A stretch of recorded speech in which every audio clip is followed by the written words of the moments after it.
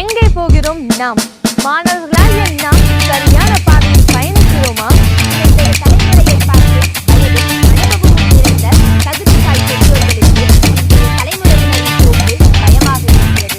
20ஆம் நூற்றாண்டின் குழந்தைகள், அதாவது 2K கிட்ஸ் ஆகிய நமக்கு பிடித்த பேச்சாளர் சீமான், பிடித்த இசையமைப்பாளர் அனிருத், பிடித்த இயக்குனர் அஜித், பிடித்த சாப்பாடு ரோட்டாவும், நாம் அடிக்கடி படிக்கும் வரலாற்று புத்தகம் நமக்கு பிடித்த விளையாட்டு, பிடித்த சொல், பிடித்த ஒரே பொருள் செல்போன். படிக்காமலேயே பாஸ் ஆக வேண்டும், கஷ்டப்படாமலேயே வேலை கிடைக்க வேண்டும், யாருக்குமே மரியாதை தரக்கூடாது, தனக்கு தெரியாதது எல்லாமே உடனே கிடைக்க வேண்டும், காசுக்காக என்ன வேண்டுமானாலும் செய்யலாம்.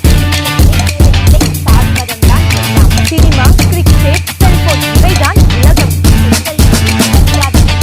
வரலாறு, கலை, பண்பாடு இவை குறித்த அடிப்படை புரிதல் கூட கிடையாது. ஆசிரியர்கள் மூத்தோர்கள் எல்லாம் புழு பூச்சி மாதிரி. ஒரு வரி கூட வாசிப்பதில்லை. தப்பில்லாமல் தமிழோ ஆங்கிலமோ பேசவும் வராது, எழுதவும் வராது. ஒரு வார்த்தையை போர்வையாக சொல்லவும் தெரியாது. பிரபலங்கள் வீதியில் நின்று விஷமே குடித்தாலும் அதையும் செல்ஃபி எடுத்து முகநூலில் போடுகிறது இந்திய தலைமுறை. பள்ளி சீருடையிலேயே டாஸ்மாக் போகிற அளவுக்கு தைரியம். சின்ன வயதிலேயே வாயை திறந்தாலும் பெற்ற வார்த்தை.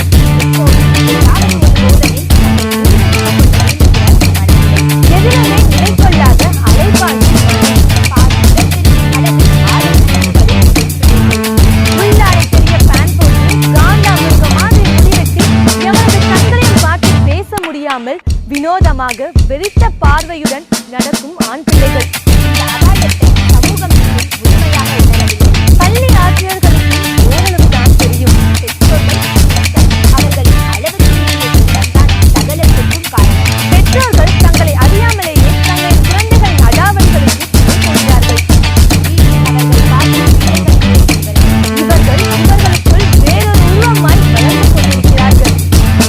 பள்ளியில் படிக்கும் போது அவன் தன்னை முழுமையாக வெளிப்படுத்துவதில்லை.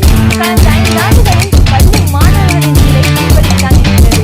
தான் பார்க்கும் பெண்ணோ ஆணோதான் தான் எதிர்கால துணை என இருபாலருமே முடிவெடுத்துக் கொண்டு பெற்றோருக்கும் உற்றோருக்கும் தெரியாமலேயே தங்கள் உறவை வளர்த்துக் கொண்டு உடம்பையும் உள்ளத்தையும் இழக்கிறார்கள்.